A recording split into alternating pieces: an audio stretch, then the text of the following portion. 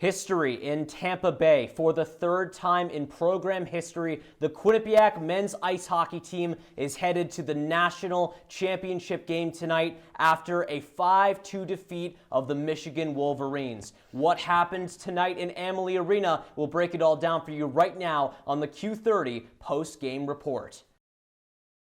Hi everybody, I'm Clever Streich and I'm joined alongside David Marr and Anthony Rossi back here in Hamden in Studio 125 after one of the biggest games in Quinnipiac program history. The Michigan Wolverines 5-0 all-time against the Quinnipiac Bobcats, but this time the Bobcats exercised their demons. They are headed back to the national championship game. Gentlemen, what are your immediate reactions after this incredible semifinal matchup? Well, I know it's nice and sunny in Tampa Bay, but this was revenge dish. This was a dish best served cold, as revenge as the case may be. But Quinnipiac just came out and defensively dominated. They really did a great job in the neutral zone. Didn't really give Michigan an opportunity to have a clean neutral zone entry, and you could see Yaniv Peretz kind of elevate his game. I think he remembered last year, and the way that he played was phenomenal, and Quinnipiac's offense gelled like it has never gelled before, and it was a huge win for Quinnipiac as a program.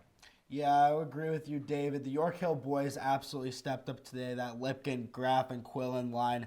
But I think Eric Portillo played the game of his life today.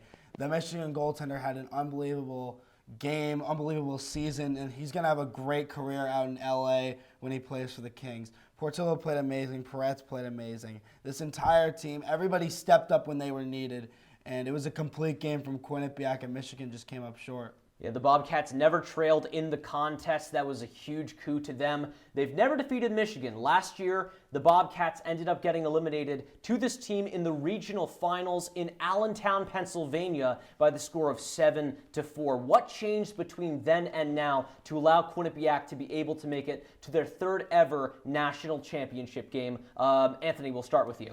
Yeah, they pressured the goalie. They didn't really get that in the Allentown regional last year. They finally pressured the goalie. They finally got those pucks on net, and they finally had the players to step up. They didn't have Graff last year. They didn't have Lipkin last year.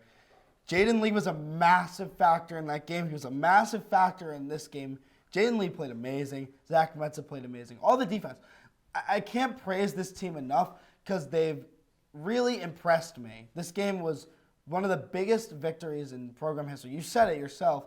This was an unbelievable game and all out, flat out. And from a difference from last year, Peretz has more experience now. He's a sophomore now.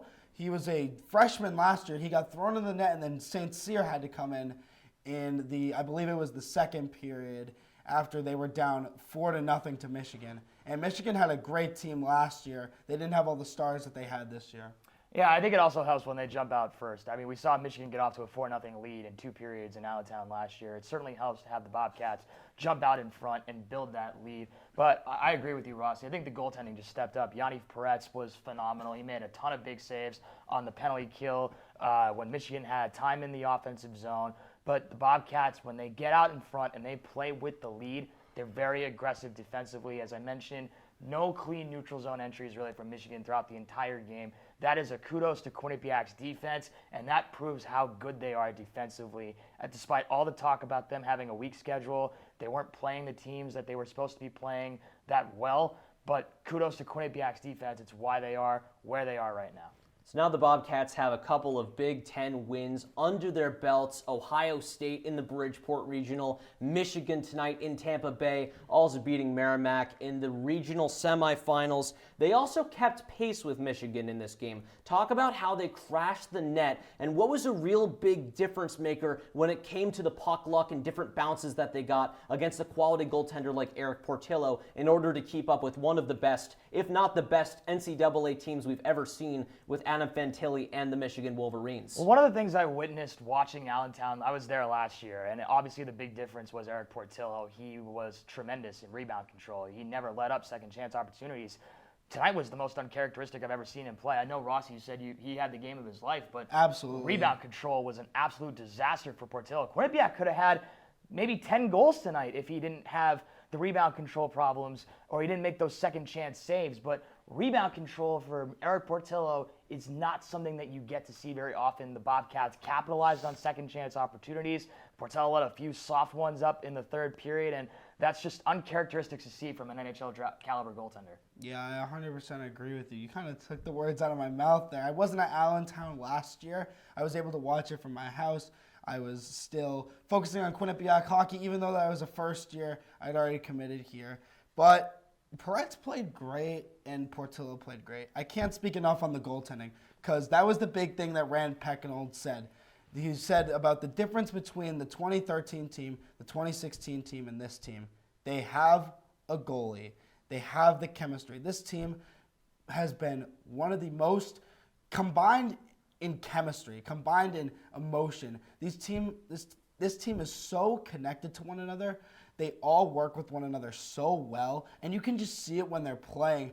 Everybody knows everybody, and it doesn't matter what the lines are. You'd see like line changes. Lombardi switched lines a bunch. Filion switched lines. Burgart in and out of the lineup, and they were still able to gel. Burgart had a first-line minute today.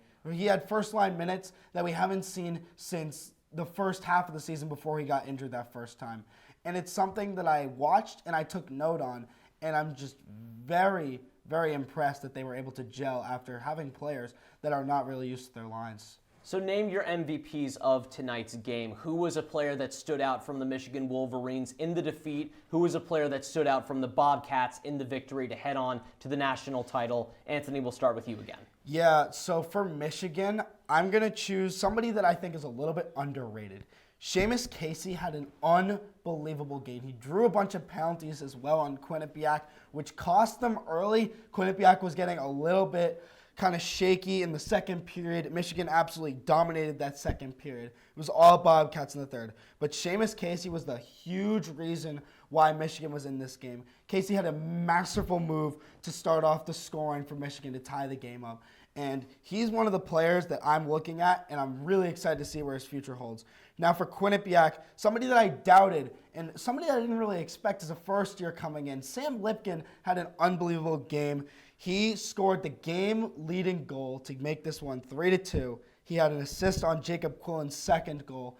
And Sam Lipkin is coming to this program. He's going to be a face that everybody's seeing soon, right before he heads out to the desert to Arizona and he goes to play in the NHL.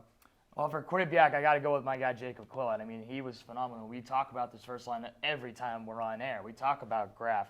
We talk about Lipkin. But Jacob Quillen being the center of that line, he scored 2 big first-period goals for the Bobcats. I don't think if they get that first goal, they don't win this game. And Jacob Quillen capitalizing on opportunities, winning those puck battles, a David Krejci-like similarity. He does the little things on the ice the most perfect way you can ask. He wins puck battles. He knows where everyone is on the ice. He knows how to distribute pucks to them. And he knows how to get to those greasy, grimy areas to score goals. Big game from him tonight. And I think for Michigan, I would still think I think Eric Portillo. He did have the game of his life. But if he didn't have the game of his life, again, Quinnipiac would have ran Michigan out of the building. Let's talk about Saturday. Saturday may be the biggest day in Quinnipiac program history, a bout with the Minnesota Golden Gophers. Only one meeting between these two programs in history, all the way back on December 9th, 2000, an 11-2 loss. Quinnipiac was not the program that it is today, that it was 22 or 23 years ago. How can the Bobcats, after seeing the Golden Gophers take down the Boston University Terriers 6-2, a very impressive performance in the first semifinal, how can they prepare for this matchup coming up on Saturday and maybe winning their first ever national championship? I think it starts with coaching. I think Rand Pecknold loves these kinds of games. He loves to game plan for these kinds of teams. And Bob Motzko, he is a really good head coach, but I just think that he has that team win on talent. And I think that's one of the reasons why they beat BU. Their talent against BU's talent, it's experience versus youth, and that's the reason they won that game. They were too experienced for the young Terriers despite the year that BU had, and kudos to them for getting to this point.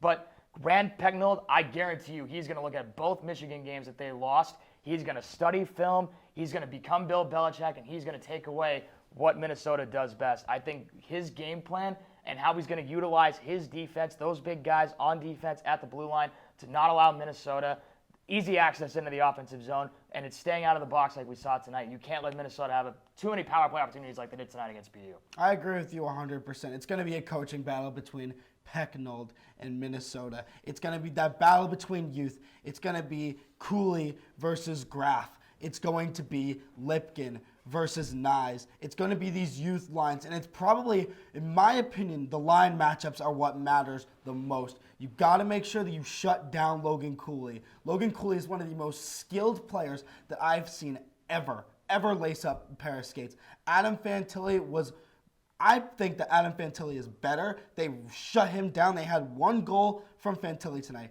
He's had more goals than anybody in the NCAA. He's tied for first in the entirety of D1, And you just got to shut down Logan Cooley. And Jacob Quillen's the guy to do it. And TJ Friedman's the guy to do it. And we'll see what happens on Saturday. I'm super excited to see these two programs match up.